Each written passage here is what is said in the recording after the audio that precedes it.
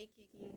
So you were talking about like growing vegetables in your house, and I got back from the farmer's market today, and I went and I bought two little bags of these shallots, and most people bring them in the kitchen, especially the nice big ones, onions and shallots, and they take these and chop them up and eat them, which is great. But what I'm going to do is kind of like what you do is I'm going to take them and use them as a parent plant to my garden. And so I'm going to let these grow bigger and develop, and then I'll harvest the seeds from them. Or what happens is you put them in the garden and then the bulbs divide, and you can peel off that divisional bulb and eat it along with the green tops above. See that? Um, and then leave the parent bulb in the ground and continue to harvest off of it. So the first thing I'm going to do is take these guys. They've been dried up and all of that, and this root structure down here is really dry. So what I'm going to do is I'm just going to leave them in some water. I'm going to soak them for a couple of days, let them take up that moisture, like wake up and realize that it's time to be, it's warm and it's wet. Well, they know that that's springtime.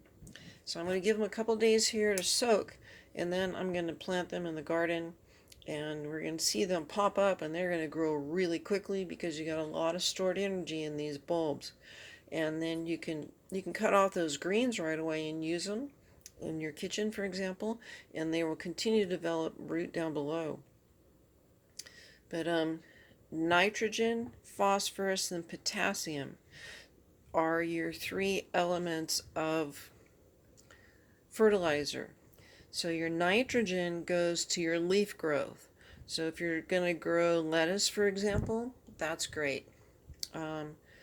Your phosphorus is more for your root growth, which is what these guys are going to like, and potatoes and radishes and stuff. And then your potassium is also pretty good. It's for the overall plant, but nitrogen, phosphorus, and potassium. But you have nitrogen above ground, phosphorus below ground, and potassium for the whole plant. And so these two are going to like the lower bit better.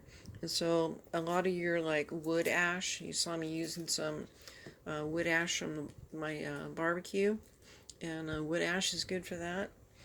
But yeah, this is a really great way. Now, because I get these from the farmer's market, I know what varieties they are, and these are an heirloom variety.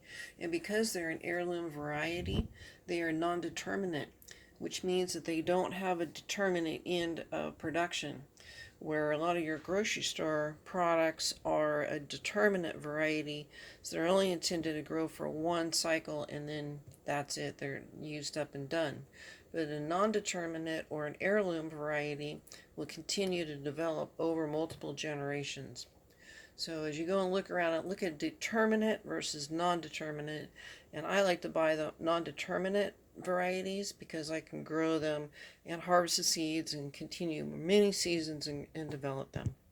All right, Kiki. Good luck in your gardening ventures. I love you, dear.